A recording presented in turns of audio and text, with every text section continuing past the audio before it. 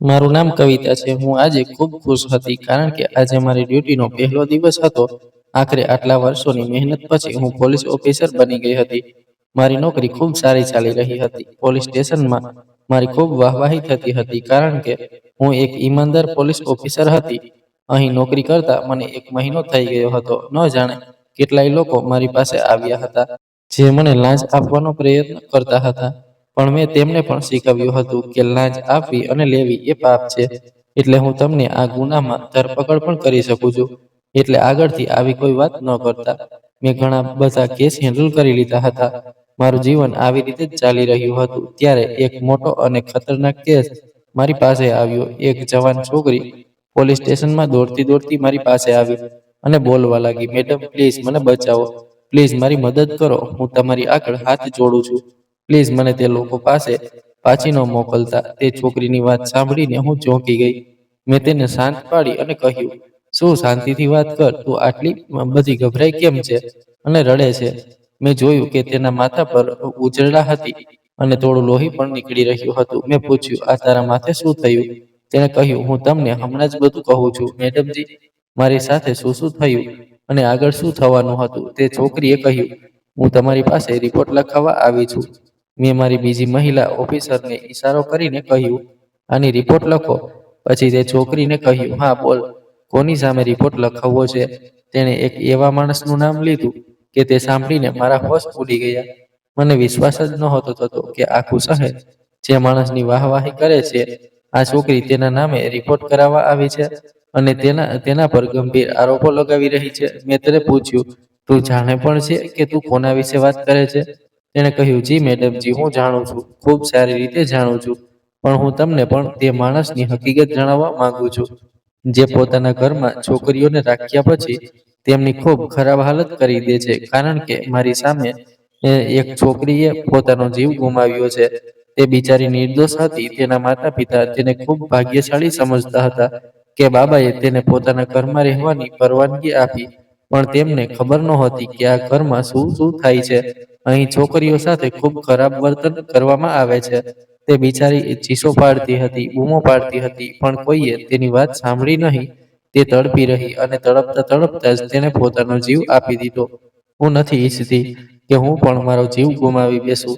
હું આ ઢોંગી બાબાની હકીકત સમગ્ર દુનિયા સામે લાવવા માંગુ છું. એટલે જ મેં જાન જોખમમાં મૂકીને ત્યાંથી ભાગીને આવી છું. હવે તમે જ છો જે મારી મદદ કરી શકો." મેં તેને કહ્યું, "ઠીક છે, બોલ, તારી સાથે શું થયું અને જે છોકરીની તું વાત કરે છે તેની સાથે શું થયું? આખરે અમને પણ તો ખબર પડે કે બાબાજી પોતાના ઘરમાં રહેતી છોકરીઓ સાથે શું કરે છે." તે છોકરી રડતા રડતા બોલવા લાગી, "મેડમજી, માત્ર બાબાજી જ નહીં, તેમની પત્ની પણ કોઈ ખતરનાક સ્ત્રીથી ઓછી નથી. સૌથી વધારે ખરાબ તો એ જ સ્ત્રી છે." પછી તે છોકરીઓ એ પોતાની વાત કહેવાનું શરૂ કર્યું. તેની સાથે અને તેની સાથેની બીજી છોકરીઓ સાથે ત્યાં શું શું થયું. તેણે કહ્યું, "હું ગરીબ પરિવારની છું. અમે આ જ ગામના રહેવાસી છીએ. મારી પાસે આ દુનિયામાં કોઈ નથી. મારા માતા પિતા મને આ દુનિયામાંથી છોડીને ચાલ્યા ગયા છે. હું મારા ભાઈ ભાભી સાથે તેમના ઘરમાં રહેતી હતી. નામ માટે તો એ મારું પણ ઘર હતું, પણ મને તે ઘરમાં ક્યારેય મારો હક ન મળ્યો. જે દિવસથી ભાભી આવી તેમણે મારા ભાઈને પોતાના કાબૂમાં કરી લીધો અને મારા પર અત્યાચાર શરૂ કરી દીધા. ભાભીનું વર્તન મારી સાથે બિલકુલ સારું નહોતું. ઘરનું બધું કામ મને જ કરાવતી. તેમણે આખા ગામમાં મને બદનામ કરી રાખી હતી કે મારું કોઈ છોકરા સાથે અફેર ચાલે છે. તે ઈચ્છતી હતી કે મારી શાદી જલ્દીથી થઈ જાય. પણ મારી ઉંમર જ શું હતી. મારા રિશ્તા આવવા લાગ્યા હતા, પણ દરેક વખતે હું શાદી કરવાનો ઇનકાર કરી દેતી.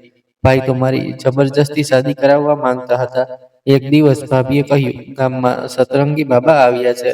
સતરંગી બાબા કોણ હતા મને તો ખબર નહોતી, પણ ભાભીને જરૂર ખબર હતી. ભાભીએ કહ્યું, "અરે, તું સતરંગી બાબાને ઓળખતી નથી? સતરંગી બાબા એવી છોકરીઓને પોતાના ઘરમાં જગ્યા આપે છે જેમની પાસે કોઈ ન હોય. જો શાદી નથી કરવી તો અમારા ઘરમાંથી નીકળી જા અને સતરંગી બાબાના ઘરે જઈને તેમની સેવા કર. ત્યાં તો ઘણી છોકરીઓ રહે છે. તું પણ ચાલી જશે તો કઈ મોટી વાત નથી." મેં ભાભીની વાત અવગણી દીધી અને પડોશમાં ઘરમાં જઈને બેસી ગઈ. ત્યાં પણ મને સતરંગી બાબા વિશે કહેવા લાગ્યા, પડોશની આંટીએ કહ્યું, તારા ભાઈ ભાભી તને ખૂબ તકલીફ આપે છે. તું એક કામ કેમ નથી કરતી? તું સતરંગી બાબાના ઘરે જઈને રહેવા લાગ. તને ખબર છે, સતરંગી બાબાના ઘરે રહેતી છોકરીઓ ખૂબ ભાગ્યશાળી હોય છે. સાંભળ્યું છે કે જો તે ત્યાં 3 મહિના વિતાવે તો તેમની શાદી ખૂબ સારા પરિવારમાં થાય છે અને તે સમગ્ર જિંદગી ખુશ રહે છે, કારણ કે બાબાજી તેમના માટે પૂજા પાઠ કરે છે. આંટીના મોઢે પણ મેં સતરંગી બાબાની ઘણી વાહવાહી સાંભળી. પછી જ્યારે હું બીજા દિવસે શાકભાજી લેવા ગઈ, ત્યાં પણ કેટલીક સ્ત્રીઓ સતરંગી બાબા વિશે વાતો કરી રહી હતી. આ બાબા પહેલા બીજા ગામમાં રહેતા હતા, પણ હવે અમારા ગામમાં તેમણે તેમનો આશ્રમ બનાવ્યો હતો. સાંભળ્યું હતું કે તેમના ઘરમાં ફક્ત તેમની પત્ની સાથે રહે છે અને ઘણી જવાન છોકરીઓને જે બેઘર અને નિરાધાર હોય તેમને આશ્રય આપ્યો છે. હું તો વળી એક સામાન્ય દેખાતી છોકરી છું. મારી ભાભી મને હંમેશા મારા ચહેરા અને સૌંદર્યને લઈને તાના મારતી.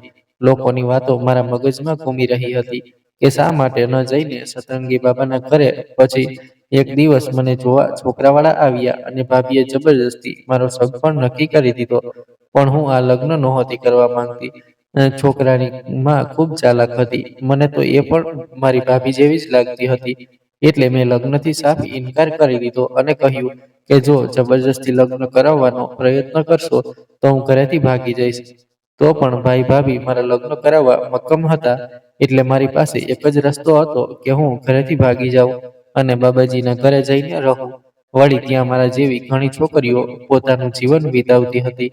આખરે હું મારા ઘરેથી ભાગી ગઈ અને બાબાજીના આશ્રમે પહોંચી ગઈ. બાબાજી ત્યાં પોતાના ભક્તો વચ્ચે બેઠેલા હતા. જ્યારે મેં તેમની આગળ હાથ જોડી દીધા અને કહ્યું, બાબાજી પ્લીઝ મને અહીં રહેવાની પરવાનગી આપી દો. હું મારા ઘરમાં નથી રહેવા માંગતી. મારા ભાઈ ભાભી જબરજસ્તી મારી શાદી કરાવી રહ્યા છે. બાબાએ મને શાંત પાડી અને સમજાવ્યું, તું હવે અમારા ઘરમાં રહે. અહીં તને પહેરવા કપડાં, ખાવા જમવાનું અને રહેવા જગ્યા પણ મળશે. અને અહીં તને દરેક એવું સારું કામ શીખવવામાં આવશે જે દરેક સારા માણસે આવડવું જોઈએ. અહીં તને ભગવાનના સીધા રસ્તે ચાલવું પણ શીખવવામાં આવશે. ત્યાંના લોકોએ જોયું કે બાબા મારા પર આટલી દયા કરી રહ્યા છે તો બધાએ જ તેમની વાહવાહી કરવાનું શરૂ કરી દીધું. તેમનું કહેવું હતું કે છોકરી, તું ખૂબ ભાગ્યશાળી છે કે બાબાજીએ તને પોતાના ઘરમાં જગ્યા આપી. બાબાજીનું ઘર ખૂબ મોટું છે અને તેમણે ઘણી બધી એવી ગરીબ છોકરીઓનો જગ્યા આપી છે જેમની પાસે કોઈ સહારો નથી. ભગવાન બધાને તારી જેવી કિસ્મત આપે.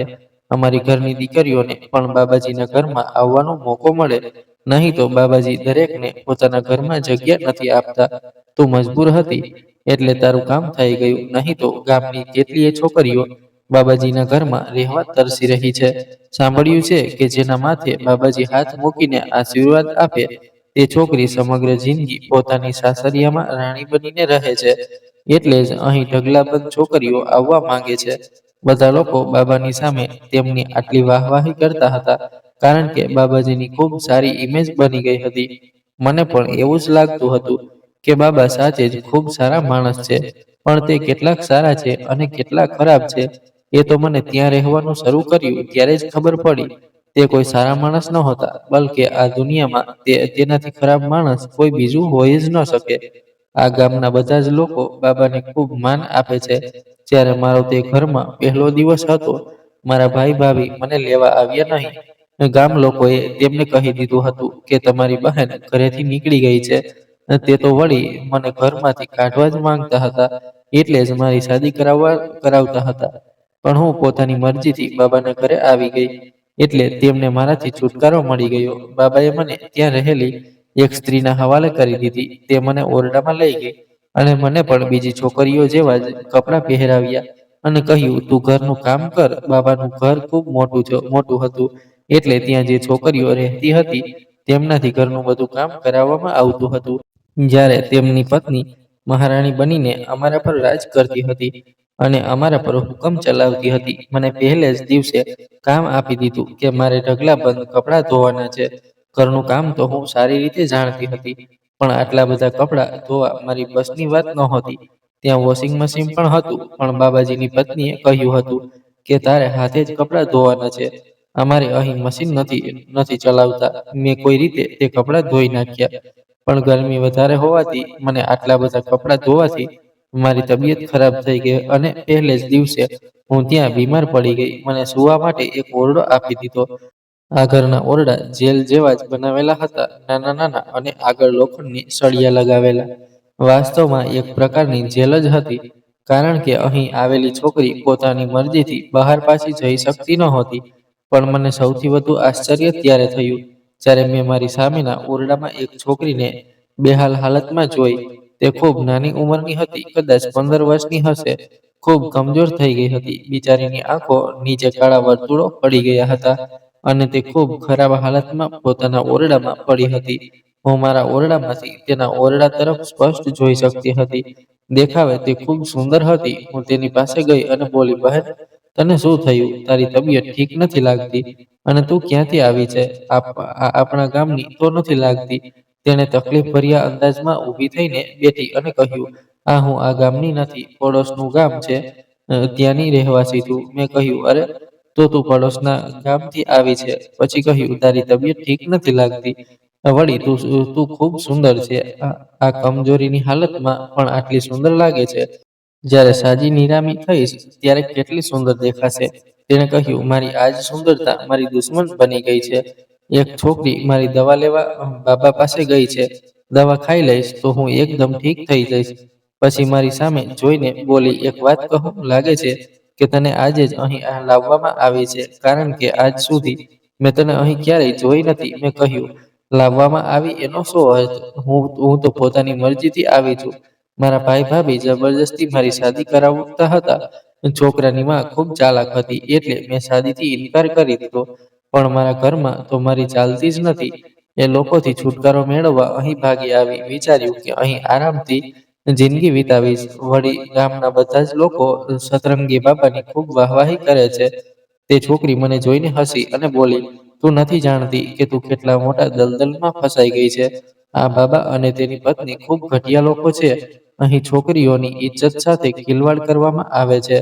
ગામ લોકોને લાગે છે કે બાબા ખૂબ સારા છે, પણ તેને ખબર નથી કે આ છોકરીઓને બાબા 3 મહિના સુધી પોતાની પાસે રાખે છે, તેમનો ઉપયોગ કરે છે અને તેની પત્ની તેમનાથી ઘરનું બધું કામ કરાવે છે. જ્યારે છોકરી જૂની થઈ જાય છે ત્યારે તેને શહેરમાં લઈ જઈને વેચી દે છે. આ રીતે બાબા પાસે ઢગલાબંધ પૈસા આવે છે. લોકો પૂછે છે કે અમારી દીકરી ક્યાં ગઈ? તો બાબા તેમને પૈસા આપી દે છે અને કહે છે કે તમારી દીકરીઓની શાદી મેં શહેરમાં કરાવી દીધી છે. તે ખૂબ ખુશ છે. મને આશ્ચર્ય એ વાતનું થાય છે કે ગામના લોકો આટલા સીધા છે કે આ બાબાની વાતોમાં આવી જાય છે અને તેની વાતો પર વિશ્વાસ કરી લે છે. પોતાની દીકરીઓને બાબાના હવાલે કર્યા પછી ક્યારેય તેમની શોધ કરવાનો પ્રયત્ન પણ કરતા નથી. ક્યારે અહીં આવીને તેમને મળવાનો પ્રયત્ન નથી કરતા. એ પણ નથી વિચારતા કે પોતાની દીકરીઓને જોઈએ કે તે કેવી હાલતમાં છે. અને જો બાબાએ તેમની દીકરીઓની શાદી કરાવી જ દીધી જ હોય તો તેમણે જોવું જોઈએ કે બાબાએ તેમની દીકરીની શાદી ક્યાં અને કયા પરિવારમાં કરી છે, કયા છોકરા સાથે કરી છે. પણ તે લોકો તો પોતાની દીકરીઓને બાબાના હવાલે કરી દીધા પછી ભૂલી જ જાય છે. આ બાબા પર અંધવિશ્વાસ કરે છે અને આ બાબા તેમના ભરોસાની કરી રહ્યો છે.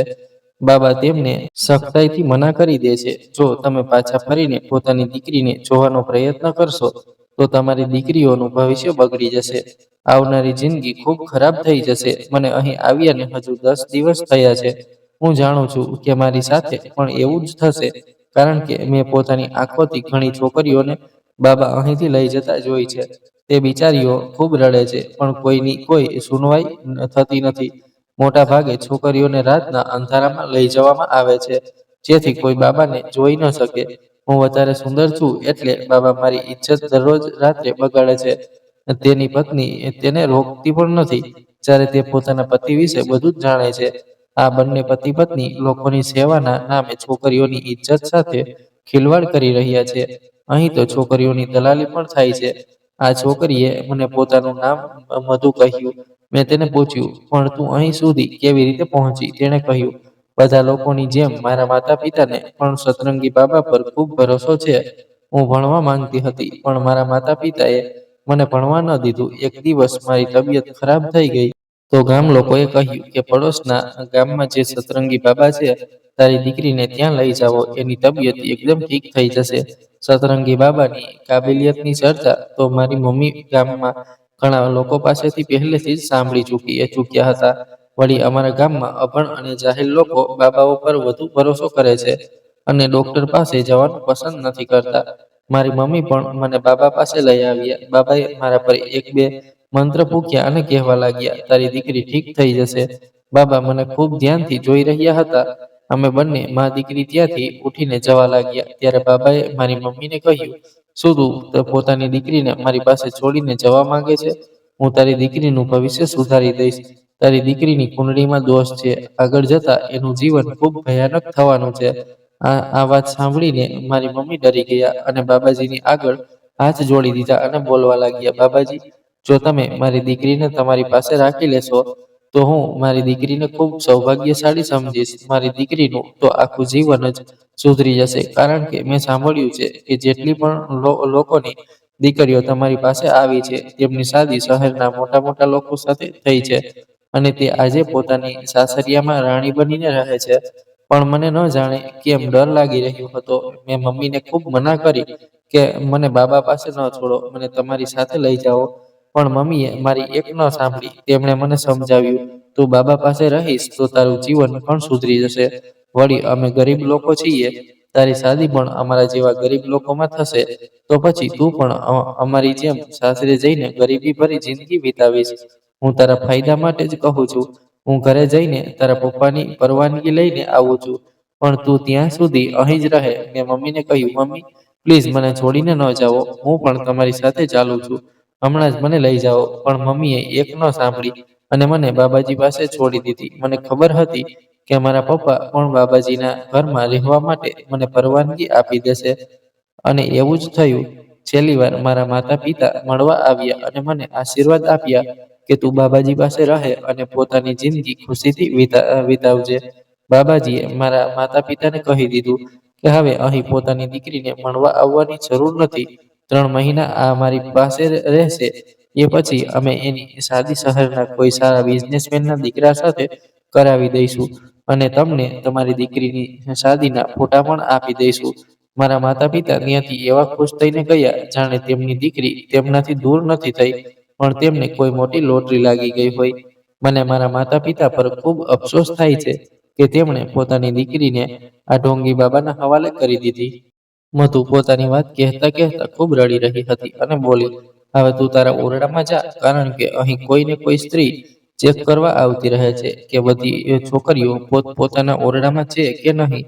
જો કોઈ આવી ગયું અને તેને તું મારા ઓરડામાં બેઠેલી જોઈ લીધી તો તને આની સજા થશે. હું નથી ઈચ્છતી કે મારી સાથે વાત કરવાની તને સજા મળે. મેં તેની વાત સાંભળીને ચૂપચાપ પોતાના ઓરડામાં આવી ગઈ અને પથારી પર સૂઈને ભીની આંખોએ તેને જોઈ રહી, કારણ કે તેની વાત ખૂબ દુઃખદાયક હતી. મને ડર લાગવા લાગ્યો કે હવે મારી સાથે શું થશે. હું વિચારી રહી હતી કે જો ઘરેથી ભાગવું જ હતું તો ક્યાંક બીજે ચાલી જાત, અથવા તો એના કરતાં સારું એ જ હોત કે હું ભાઈ ભાભીની મરજી મુજબ લગ્ન કરી લેત. ઓછામાં ઓછું ત્યાં તો શાંતિથી જિંદગી વીતતી. પણ અહીં તો મને લાગે છે જાણે હું કોઈ નર્કમાં આવી ગઈ છું. મેં પોતાના પગ પર જાતે કુહાડી મારી લીધી હતી. બીજો દિવસ આવી ગયો. બધી છોકરીઓને કહેવામાં આવ્યું કે હવે તમે બધા કામે લાગી જાઓ. મધુ પણ પોતાના ઓરડામાંથી બહાર નીકળી આવી અને કામ કરવા લાગી. મધુ અને મને સફાઈનું કામ સોંપવામાં આવ્યું. અમે બંને માલકીનના ઓરડામાં સફાઈ કરવા ગયા. મેં મધુને કહ્યું, મધુ, આપણે અહીંથી ભાગવું પડશે. અહીંથી ભાગવા માટે કંઈક ને કંઈક કરવું જ પડશે, કારણ કે આપણે અહીં રહી શકીએ તેમ નથી. મારી વાત પર મધુ હસી અને બોલી, તને શું લાગે છે કે મેં અહીંથી ભાગવાનો પ્રયત્ન નથી કર્યો? મેં ઘણા પ્રયત્નો કર્યા પણ દર વખતે નિષ્ફળ રહી. અને તું કામ પર ધ્યાન આપ, નહીં તો માલકીન આવી જશે. અમે બંને સફાઈ કરી રહ્યા હતા એટલામાં અચાનક ટેબલ પર મૂકેલો કાચનો ફૂલદાની મારાથી ભૂલથી જમીન પર પડી ગયો અને તૂટવાનો અવાજ ખૂબ મોટો આવ્યો. મધુએ ગભરાઈને મને જોયું અને મેં પણ તેની તરફ જોયું. મધુ બોલી, તે આ શું કર્યું? તને ખબર નથી કે માલકીન તને આની ખૂબ મોટી સજા આપશે? મધુએ ઝડપથી મને પાછળ ધકેલી દીધી અને બોલી, તું અહીંથી હટ, તું જા અહીંથી, ઓરડામાંથી બહાર નીકળી જા ઝડપથી. આ બધું હું સાફ કરી લઈશ. તેણે મને જબરજસ્તી ઓરડામાંથી બહાર કાઢી દીધી. હું ઓરડામાંથી નીકળી જ રહી હતી કે એટલામાં અચાનક માલકીન ઓરડામાં આવી ગઈ અને બોલી, શાનો આટલો બધો શોર છે? શું તોડ્યું? તેણે જોયું તો મધુ તૂટેલા ફૂલદાનીના કાચ ઉપાડી રહી હતી. તે ગુસ્સે થઈને મધુની પાસે ગઈ, તેના વાળ પકડી લીધા અને મારવા પીટવા લાગી, બોલવા લાગી, મનહૂસ, તારાથી કોઈ કામ બરાબર થતું જ નથી. અહીં બધી છોકરીઓ આરામથી અને સારી રીતે કામ કરે છે, પણ હું જોઈ રહી છું કે જે દિવસથી તું અહીં આવી છે, તને મારા હાથે માર ખાવો ખૂબ પસંદ આવે છે. કોઈને કોઈ કામ બગાડતી જ રહે છે. મેં ઝડપથી માલકીન પાસે જઈને મધુને છોડાવવાનો પ્રયત્ન કર્યો અને કહ્યું, માલકીન, આમાં એની કોઈ ભૂલ નથી. આ બધું તો મેં કર્યું છે. તેણે મને જોરથી ધક્કો માર્યો અને બોલી, તું અહીંથી હટ. મારી અને એની વચ્ચે કોઈ ન આવે. જો તું આવી તો તારી પણ ખેર નથી. તેણે મને જબરજસ્તી ધક્કા મારીને ઓરડામાંથી બહાર કાઢી દીધી.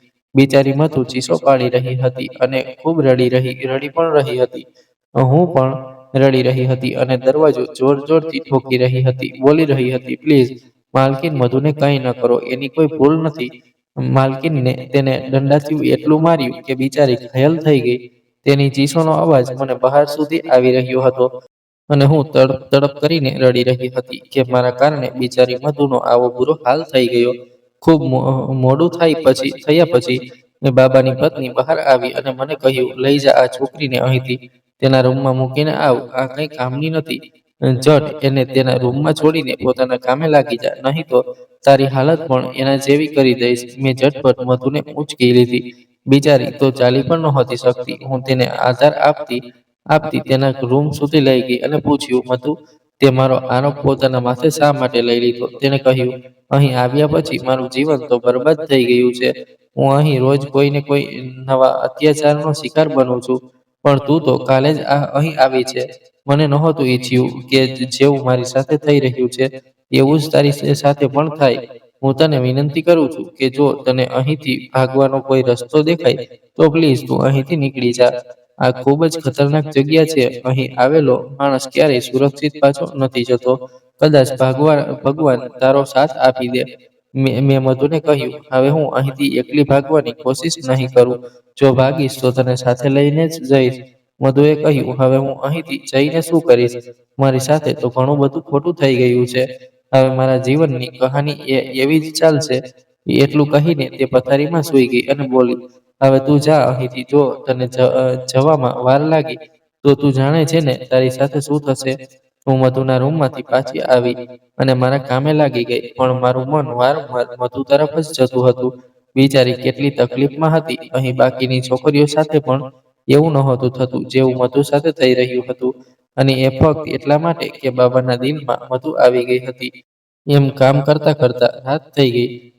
એક સ્ત્રી મારા રૂમમાં આવી અને બોલી, ચાલ ઉઠ, બાબાએ તને બોલાવી છે. એની આ વાત સાંભળતા જ હું ગભરાઈ ગઈ, કારણ કે હું જાણતી હતી કે રાત્રે બાબા મને પોતાના રૂમમાં શા માટે બોલાવે છે. મધુ સાથે જે થઈ રહ્યું હતું એ બધું યાદ આવી ગયું કે હવે મારી સાથે પણ એવું જ થવાનું છે. મેં જોરથી ચીસ પાડવાનું શરૂ કરી દીધું. હું ત્યાં નહીં જાઉં તો એ સ્ત્રીએ મને મારવાનું શરૂ કરી દીધું અને બોલી, જવું તો તને પડશે જ. તું અહીં આવી છે તો આ બધું સહન કરવું પડશે. મેં કહ્યું, ના, ગમે તે થાય, હું બાબાના રૂમમાં નહીં જાઉં. એને મને મારવાનું શરૂ કર્યું. હું જોરથી રડવા લાગી. મધુ પોતાના રૂમમાંથી મને બચાવવા બહાર આવી તો એ સ્ત્રીએ મધુને પણ મારવાનું પીટવાનું શરૂ કરી દીધું અને બોલી, હવે તમે બંને બાબાના રૂમમાં જશો. અમે બંનેએ એ સ્ત્રીને ધક્કો મારી દીધો અને ત્યાંથી ભાગવા લાગ્યા, કારણ કે એ સ્ત્રી ખૂબ ખતરનાક હતી. એણે આખા ઘરમાં બૂમો પાડી દીધી, આ છોકરીઓ ભાગે છે, પકડો એમને. ઘરમાં ખૂબ હોબાળો થયો તો બાબા અને તેની પત્ની પણ બહાર આવી ગયા. અમે બંને ભાગવાની કોશિશ કરી રહ્યા હતા. આખા ઘરમાં ભયંકર હડકંપ મચી ગયો. ત્યાંની બીજી સ્ત્રીઓએ કોઈક રીતે અમને પકડી લીધા. અમને ખબર હતી કે હવે અમારું અંજામ ખૂબ ખરાબ થવાનું છે. અમને બંનેને પકડી લેવામાં આવ્યા અને હવે અમને ખૂબ મારવામાં આવી રહ્યો હતો. મધુ બાબા સાથે બદતમીજી કરી રહી હતી. એ ઢોંગી બાબા, આ માસૂમ છોકરીને તો છોડી દે.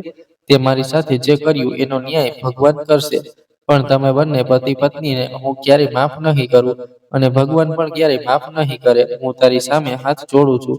આ છોકરીને જવા દે. મને ખબર છે અહીં ઘણી છોકરીઓ છે, પણ આ છોકરી ખૂબ માસૂમ છે. એની પાછળ આગળ કોઈ નથી. પણ જ્યારે બાબા અને તેની પત્નીએ મધુને આ બધું બોલતી જોઈ તો બાબાની પત્નીએ મધુના વાળ ખેંચી લીધા અને એટલા જોરથી ખેંચ્યા કે બિચારી તડપી ઉઠી. હું તેને બચાવવા આગળ વધી તો તો બાબાએ મારા મોં પર એક જોરદાર થપ્પડ મારી દીધી અને બોલ્યો, ઓહો, તમે બંને સહેલી બની ગયા. આજે આપણે તારી આ સહેલીને ખતમ કરવી પડશે. એણે પોતાની પત્ની તરફ ઈશારો કર્યો. એની પત્નીએ બીજી સ્ત્રીને ઈશારો કરીને લાકડી મંગાવી અને મારી આંખો સામે મધુને લાકડીથી મારવાનું શરૂ કરી દીધું. એ મધુને એટલી બધી બેરહેમીથી મારી રહી હતી કે મારાથી જોઈ નહોતું શકાતું.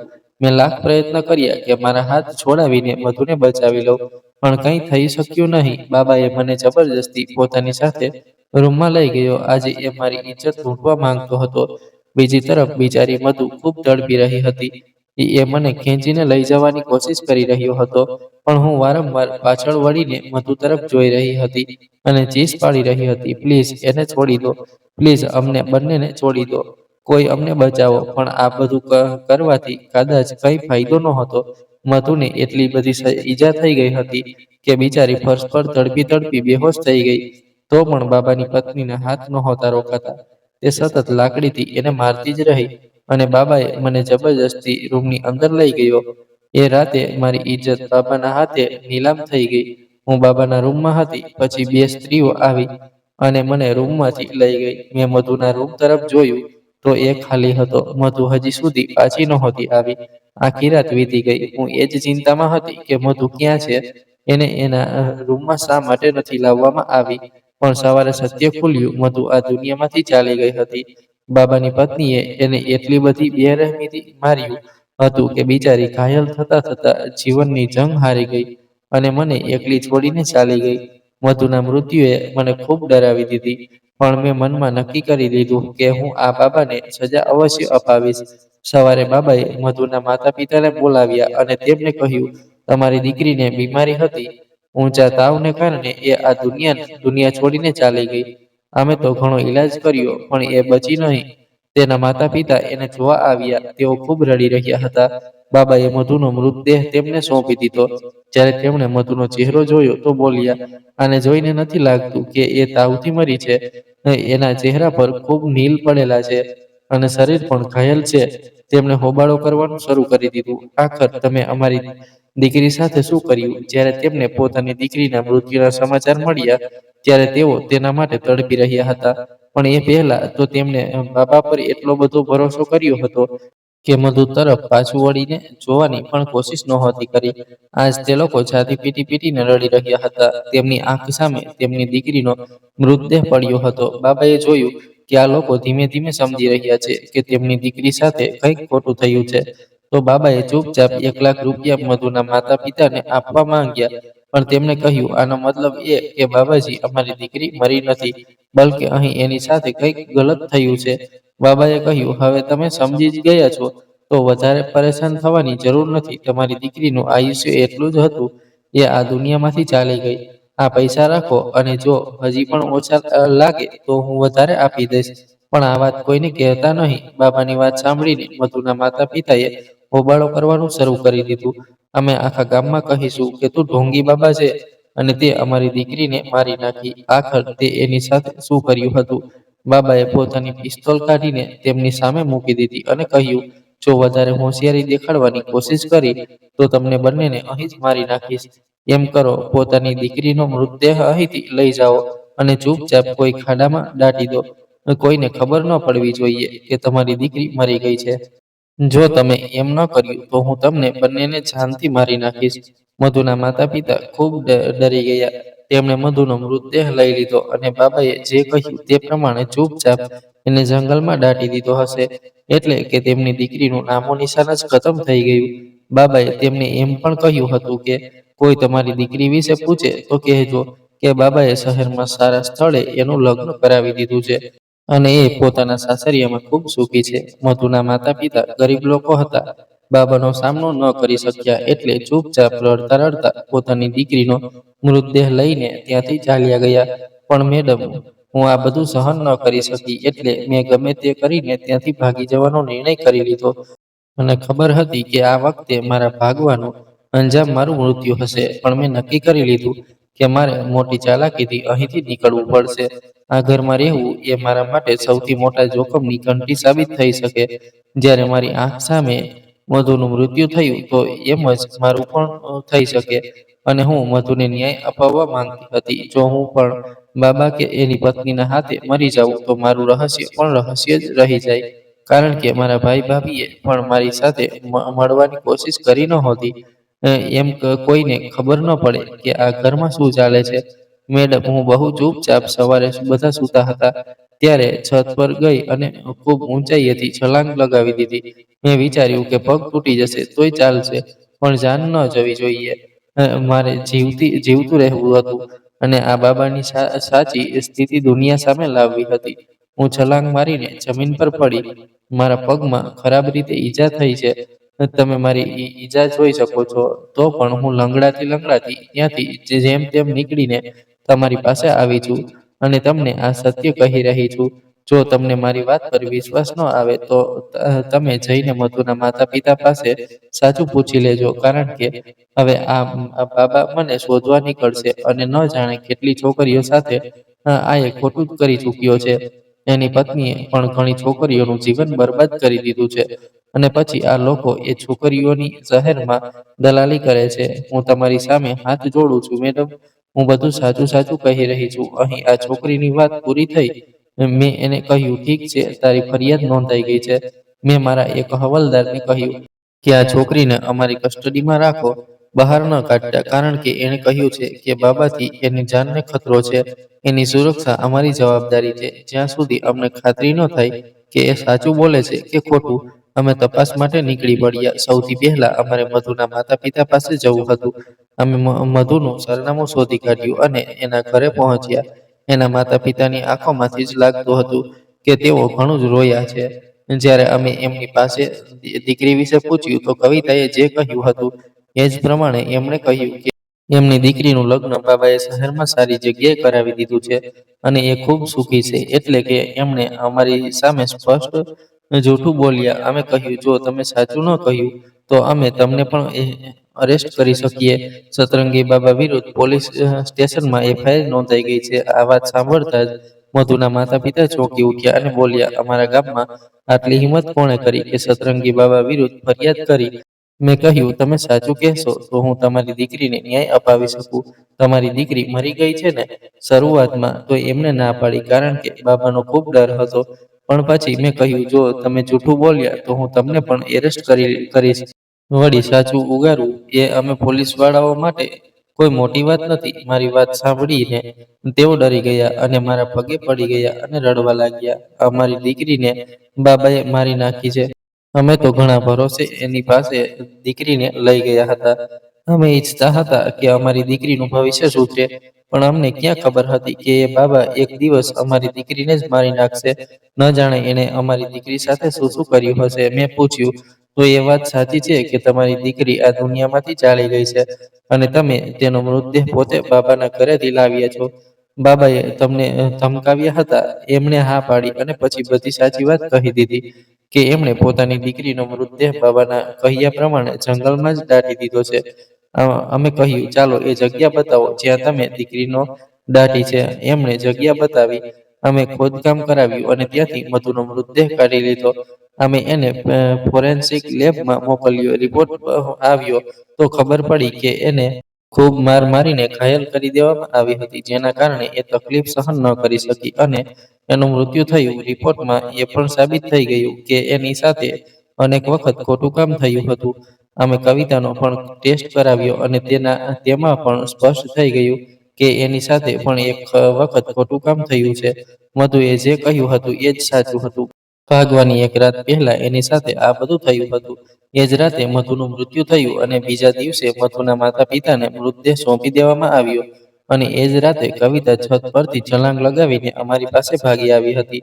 અમારી પાસે બાબાને એરેસ્ટ કરવા માટે પૂરેપૂરા પક્કા પુરાવા હતા. એટલે અમે બાબા અને એની પત્નીને એરેસ્ટ કરી લીધા અને ગામના બધા લોકોને બાબાજીની અસલિયત બતાવી કે એ પોતાની છોકરીઓ સાથે શું કરે છે. ત્યાં કેટલીક એવી છોકરીઓ મળી જે બાબાની હવસનો શિકાર બની રહી હતી. એની પત્નીની ત્રાસદાયી વાતોથી પરેશાન હતી. કેટલીક એવી હતી જે બાબાની દીવાની હતી અને ખુશી ખુશી એનું બધું માનતી હતી. કેટલીકને તો બાબાએ વેચી દીધી હતી અને કેટલીક સ્ત્રીઓ એના ગેંગમાં જોડાયેલી હતી. આ એક મોટી ગેંગ હતી. આખી ગેંગને અમે અરેસ્ટ કરી લીધી અને જે માસૂમ છોકરીઓ હતી એમને મુક્ત કરાવી દીધી. આ રીતે મધુને ન્યાય મળી ગયો હતો. જ્યારે કવિતાને એના ભાઈ ભાભીના હવાલે કરી દેવામાં આવી હતી. અ, અમે લોકોને આ શીખ આપી હતી કે તમે લોકો વિચાર્યા સમજ્યા વગર ઢોંગી બાબાઓની વાતોમાં આવીને પોતાની જવાન અને કુંવારી દીકરીઓને આવા લોકોને હવાલે ન કરો. પોતાની દીકરીઓ પોતાના જ ઘરમાં સારી લાગે છે. દીકરીઓને ક્યારેય બોજ ન સમજો. જો તમે ઈચ્છો છો કે કોઈ એમનું ભવિષ્ય સુધારી શકે તો એ માતા પિતા જ હોય છે. આ ઘટનાથી ગામ લોકો ખૂબ ડરી ગયા અને પછી એમણે પોતાની સોચ બદલી નાખી. અમે ગામના સરપંચ સાથે વાત કરીને નક્કી કર્યું કે આ ગામમાં હવે કોઈ પણ બાબા આવવો ન જોઈએ. કારણ કે જૂના જમાનામાં બાબા હતા. હવેના બાબા તો મોટા ભાગે ઢોંગી હોય છે અને લોકોને માત્ર મૂર્ખ બનાવવાનું જ જાણે છે. બાબાની પત્નીને પણ ખૂબ કડક સજા થઈ, કારણ કે અસલી સજાની હકદાર તો એ જ સ્ત્રી હતી જેણે મધુને પીટીને મારી નાખી હતી. કવિતાની મદદથી જ હું આ કેસ હેન્ડલ કરી શકી. કવિતાની હિંમતને હું સલામ કરું છું, જેણે આટલી બધી હિંમત બતાવી અને બાબાની અસલિયત બધાની સામે લાવી. કવિતાને અમે સરકાર તરફથી ઇનામ અપાવ્યું. એના ભાઈએ હવે એનું લગ્ન કરી દીધું છે અને એ પોતાના સાસરિયામાં સુખી રહે છે. પણ હું તમને બધાને વિનંતી કરું છું, પ્લીઝ પોતાની દીકરીઓને કોઈના હવાલે ન કરો. જે પરવરિશ માતા પિતા કરી શકે છે એ કોઈ બીજું નહીં કરી શકે. અને ભવિષ્યની વાત રહી તો દરેક માણસ પોતાની કિસ્મત પોતે જ લખીને લાવે છે. કોઈ બાબાની વાતોમાં આવીને કિસ્મત બદલાતી નથી. મિત્રો, આશા છે કે તમને અમારી વાર્તા પસંદ આવી હશે. પસંદ આવી હોય તો વિડીયોને લાઈક કરજો. ચેનલ પર નવા હો તો ચેનલ સબસ્ક્રાઇબ કરી લેજો. અને હા, નોટિફિકેશન બેલ જરૂર દબાવજો, જેથી આવનારી દરેક વાર્તા સૌથી પહેલા તમને મળે. આભાર. જય હિન્દ, જય ભારત.